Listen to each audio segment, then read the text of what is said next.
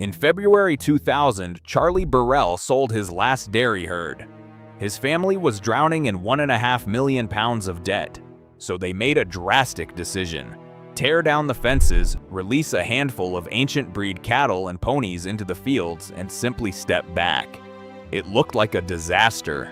Within a year, the fields had become overgrown. Neighbors filed complaints and called the family crazy, but then turtle doves returned, birds that had never been seen here before.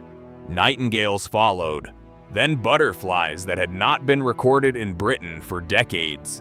And in 2020, the first wild stork chicks in 604 years hatched high in the branches of an old oak tree. And that was only the beginning. There is a question that has tormented British conservationists since the 1970s. Why does the land keep dying despite every effort? By the Biodiversity Intactness Index, Britain ranks 189th out of 218 countries, below most nations in Africa and South Asia. Since the 1970s, more than 2/5 of all mammals, insects, and birds have disappeared. The turtle dove, symbol of the English summer, the bird celebrated in the carol 12 Days of Christmas, has declined by 98% since the 1970s. The nightingale has retreated so far eastward that in most counties it can no longer be heard. The purple emperor, Britain's largest butterfly, technically still exists, but its colonies can be counted on one hand. For 50 years, conservationists responded with a single logic. Take a site, fence it, set a target, manage it. Plant specific plants, protect specific species, mow meadows on an exact schedule, clear scrub because it closes the canopy, count individuals every year and compare with the year before. Budgets grew, species numbers fell. More than 70% of Britain's land area is farmland. The proportion of natural habitat is among the lowest in Europe. Meanwhile, the RSPB, Butterfly Conservation, and the wildlife trusts receive hundreds of millions of pounds each year and record a negative trend across almost every group of organisms since the 1970s. The reason lies in the fact that standard conservation is not a method of preservation, but a method of maintaining a state. The system is frozen in whatever condition it was in at the time of fencing. But nature lives in cycles of succession. Scrub grows where there was grass, forest grows where there was scrub, wind brings down the forest, and the whole thing begins again. Large herbivores used to accelerate these cycles, tearing bark, trampling soil, opening clearings. Without them, the system jams. A stopped cycle is slow death, and it had never occurred to anyone to stop managing. Burrell inherited the Knepp Estate in 1987 at the age of 24, 3,500 acres of heavy low-lying clay loam in West Sussex. Like concrete in summer and an unfathomable porridge in winter, his wife Isabella Tree would write later. Such soil is unsuited to competitive arable farming, too heavy, too uneven, too small to achieve economies of scale.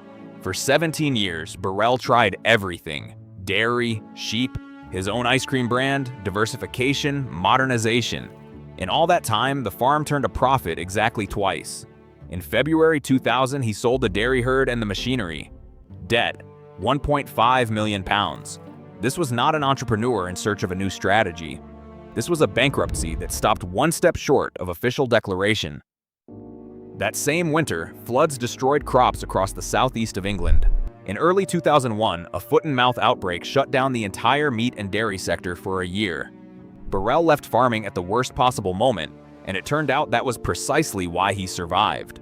That same year, a translation of Dutch ecologist Frans Vera's book, Grazing Ecology and Forest History, appeared in English.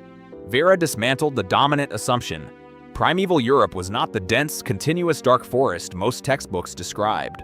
The true prehistoric picture was a dynamic mosaic of open grassland, scrub zones, wood pasture, and scattered ancient trees. It was shaped by large herbivores, aurochs, wisent, wild horses. They tore bark, wallowed in mud, cut trails, opened clearings in the forest understory. And in that chaos, complexity was born. Hundreds of microhabitats for thousands of species. Burrell and Tree traveled to the Netherlands to visit Vera and see the Oostvaardersplassen, a reserve where this had been running for several decades. They returned changed people. We weren't brave enough to say, let's just free all 3,500 acres at once, Tree later recalled. It took 6 years to take the land out of production field by field, the worst ground first, then the next, as she put it, until the full 3,500 acres had become one unbroken space. In 2001, they received a government grant to restore 350 acres of parkland around the old castle, land that had been plowed up during the Second World War and kept under the plow ever since. This was the first parcel. They sowed it with wild grasses, removed the internal fencing, and released deer from the neighboring Petworth estate. Burrell watched what happened and decided to do the same with the rest. In 2002, he sent a formal letter of intent to Natural England, the statutory body for conservation. He was requesting permission to take all 3,500 acres out of production and shift to a process-led approach with no target species. The reply was not immediate. There was no precedent for this in Britain. The strategy was simple, and for British conservation, it was revolutionary. No target species, no planned planting, no scheduled cutting. Instead, introduce herbivore engineers and allow them to shape the landscape. Longhorn cattle, an ancient English breed. Exmoor ponies, the closest analog to wild horses in these latitudes. Tamworth pigs, deer. Between them, the mosaic reformed. The first year looked like a catastrophe. The fields grew over. Neighbors complained, particularly about thistles and burdock blowing onto their cultivated land.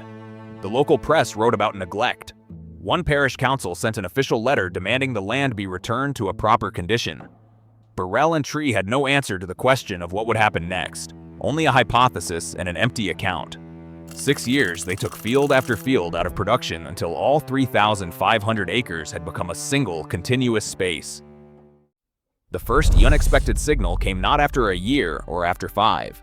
It came within a few months of the fences coming down and the first longhorns being released. In one of her reports, Tree described an observation that baffled local ornithologists.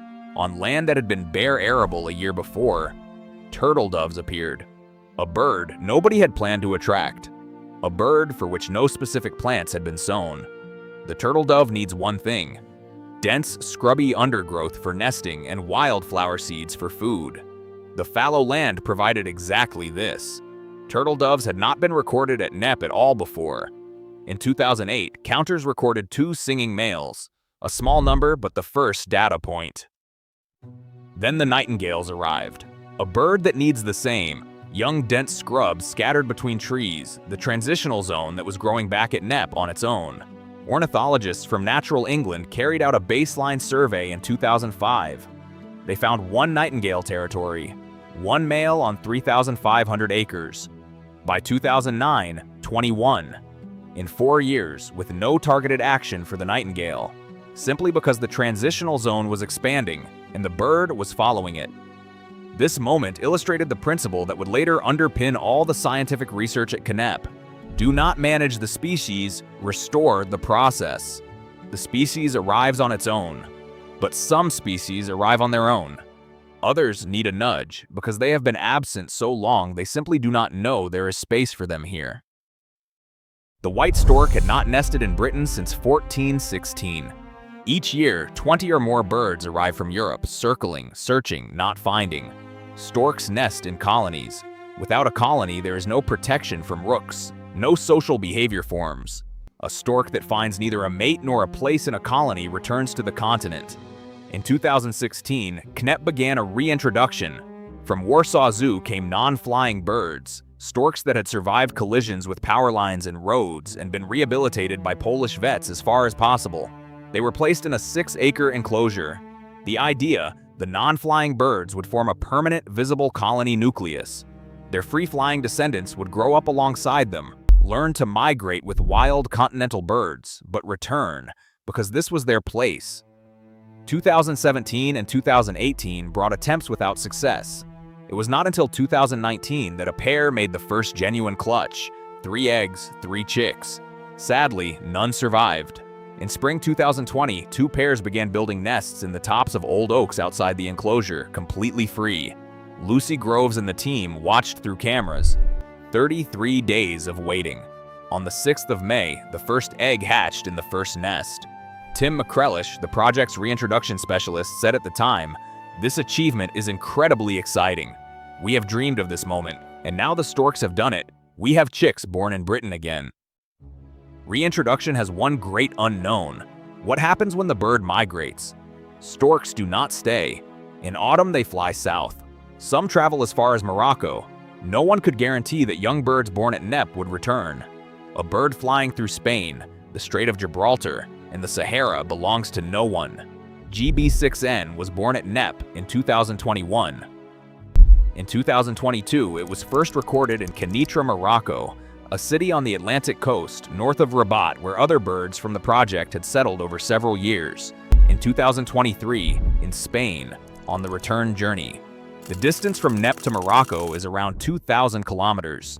The route passes through France, the Pyrenees or Gibraltar, then along the Atlantic coast of Morocco. In spring 2024, GB6N returned to Knepp, found a mate, built a nest in an oak, raised 3 chicks. Those 3 chicks flew south in autumn, and now somewhere between Sussex and Morocco there are birds of the 3rd generation of Britain's wild stork. This was the first confirmed return of a wild bird born at Knepp to its birthplace, completing a full migration there and back. Laura Von Hirsch, the project officer, added a detail that is difficult to comment on. Among the 6 birds that returned in 2025, there is a female who has chosen to nest in the same tree as her parents.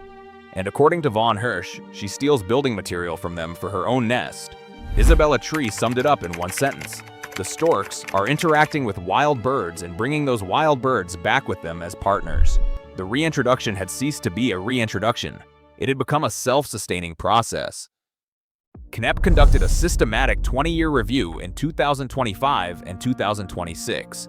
Here is what it showed. Nightingales. From 9 singing males in 1999 to 62 in 2025, a 511% increase. Natural England recorded in 2010 that Knepp was already supporting around 1% of all breeding nightingales in Great Britain, just 9 years after the project began. The nightingale returned, not because anyone planted bushes. Tamworth pigs root in the earth, and where they pass, bare ground is exposed. Pioneer plants take hold there. Then blackthorn arrives, thorny, impenetrable, ideal for nesting. Beneath the blackthorn canopy, shade and moisture that retain earthworms. The nightingale eats earthworms. No plan prescribed this chain. It emerged on its own. Turtle doves, from 2 males in 2008 to 22 in 2024. Across the rest of the country, the same species has declined by 98% since the 1970s. The turtle dove feeds on seeds of wildflowers, red clover, smooth meadowgrass, cornspurry. These plants vanished from British fields in the 1970s with the arrival of herbicides. On untreated fallow, they return. The dove follows food, not conservation zones. Storks, 4 chicks in 2020, 7 nesting pairs in 2021, one of them on a chimney of Knepp Castle. 53 chicks in 2024. 18 active nests in 2025. In 9 years, from nothing to one of the largest white stork colonies on the British Isles. Purple Emperor butterfly. On the 1st of July 2025, 283 individuals counted in a single day. One of the largest confirmed colonies in Britain. The caterpillars of this butterfly feed exclusively on goat willow, a shrub that needs an open, sunny position. Exactly the kind of spot that forms where a cow or horse has trampled the grass cover. In managed reserves, goat willow is cut as a weed. At Knepp, nobody cuts anything. Isabella Tree wrote, "If we had deliberately tried to create the perfect habitat for purple emperors, we would never have achieved the numbers that appeared spontaneously through rewilding. Dragonflies and damselflies, up 871% over 20 years. Along the restored course of the River Adour, 53% more species. The banded demoiselle had not been recorded in West Sussex for 50 years, found at Knepp in 2020. Breeding birds overall in the southern section of the estate, 9 to 10 times more than in 2007.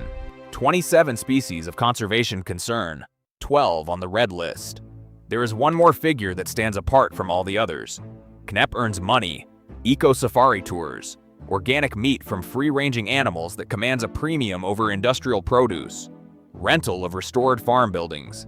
Isabella Tree has said publicly, if the government grant stopped, they would remain solvent. In 25 years, a loss-making farm with £1.5 million of debt became a self-sustaining operation. This means one thing: rewilding does not require a benefactor. It can be a business model. There are several things Knepp does not solve, and which are rarely discussed. First, Knepp is possible because Burrell had 3,500 acres and could sustain 10 years of losses before income appeared. A small farmer with 50 acres and a bank loan cannot simply step out of the field. Rewilding as an idea is universal. Rewilding as a practice is, for now, a privilege of those who can afford to wait. Second, Knepp drew inspiration from Oostvaardersplassen in the Netherlands, Vera's first large-scale experiment. In 2018, that reserve went through a public crisis. Deer and horses were dying of starvation in large numbers over winter. Animal numbers had grown beyond what the land could support, yet intervention was prohibited under the project's rules. The Dutch government, under public pressure, authorized culling. The question remains open. Where is the line between natural process and suffering that society is not prepared to watch? Third, rewilding without large predators is half an ecosystem. Knepp has no wolves and no lynx. Herbivores without natural enemies will sooner or later overpopulate and require management. The circle closes. Burrell and Tree acknowledge this. Genuine wilderness in densely populated England is impossible without a conversation about predators that society is not yet ready to have. Fourth, and most acute, Britain has committed to returning 30% of land to nature by 2030. Knepp covers 3,500 acres and took 25 years. The mathematics do not add up. Even if hundreds of new Knepps appeared, the pace would be incommensurable with the scale of losses. This means Knepp is a proof of concept, not a solution. The most important thing it has done is demonstrate that nature returns faster than anyone expected. What to do with that knowledge is an open question. It is now 2026. Wheel to Waves is underway, 37 farmers, 20,000 hectares. Britain has committed to returning 30% of its land to nature by 2030. But the most important event of this year was quieter. A female stork born at Knepp returned from Morocco and nested in the same oak as her parents. She steals branches from them for her own nest. She knows nothing of government commitments. She simply returned to where she was born. Nobody planned this. In 2000, Charlie Burrell sold the herd, took down the fences, and stepped back. Nature did the rest.